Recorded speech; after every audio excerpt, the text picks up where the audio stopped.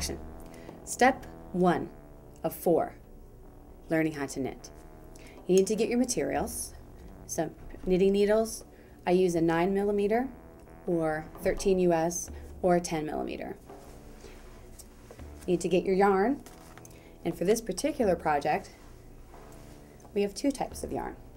A standard red heart yarn, brown or black, and some fun fur. And the fun fur, we have olive, black, brown, and champagne. Yeah, okay. So have our materials, check. Second step is to make a slip knot and begin to cast on your first couple stitches. Now I suggest you ball your yarn, because if you don't, it can get knotted up, and if you pull the yarn from this end, it'll come out smoothly. If you pull the yarn from around here, it can often get knotted and it has to flop around, and it doesn't work as easily. So we're going to tuck that in there, make sure we have our yarn ready to go. Since we're using 2 types of yarn together, grab the ends of your choice and make a slip knot. There are dozens of ways to make slip knots, but this is the easiest.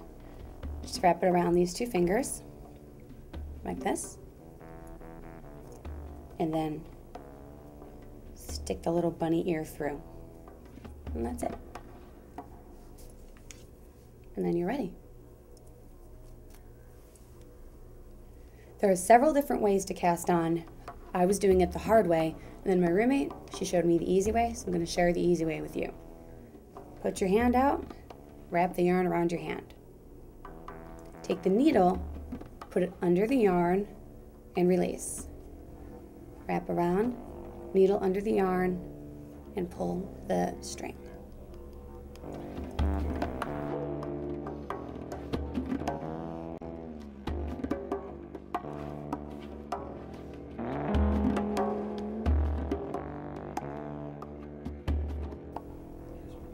In this project, I'm working with grass that is in several stages of dryness and burn.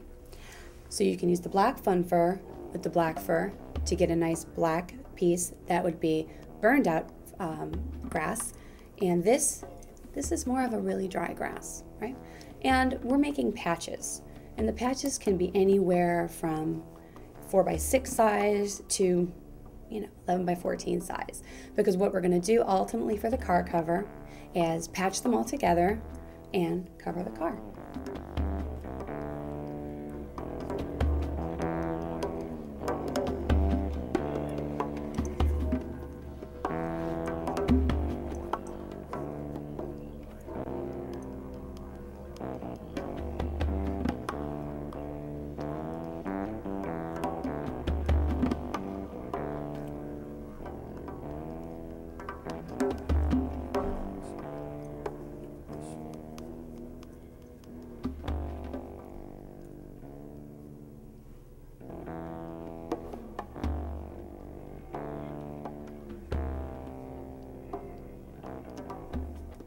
Step 3, knitting.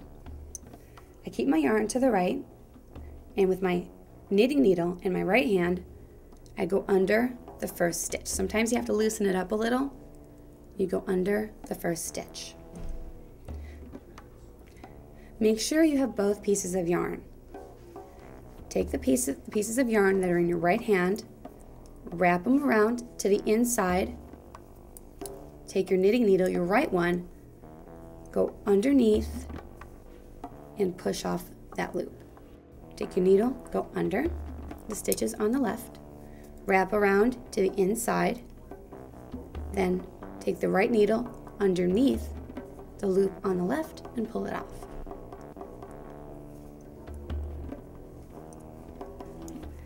And if something happens and you don't grab both pieces of string, don't worry about it.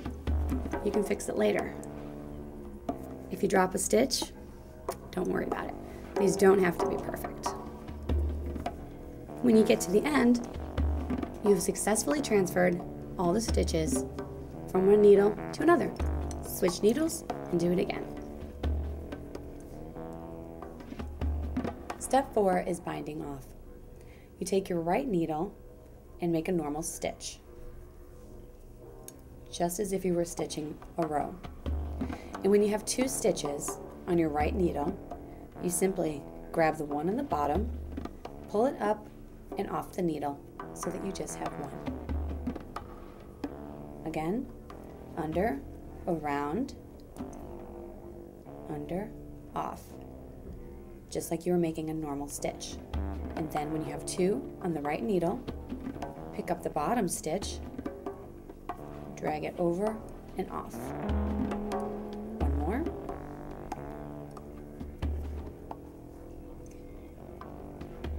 Bottom stitch, up and over.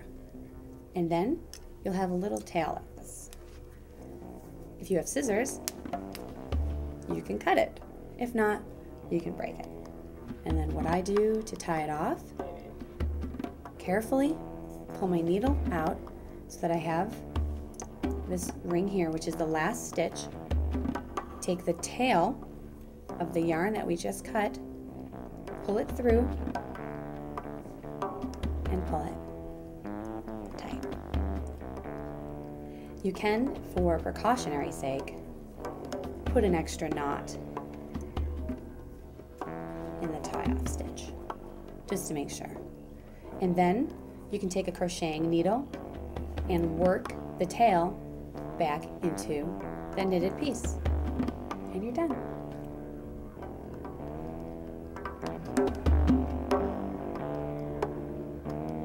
And cut.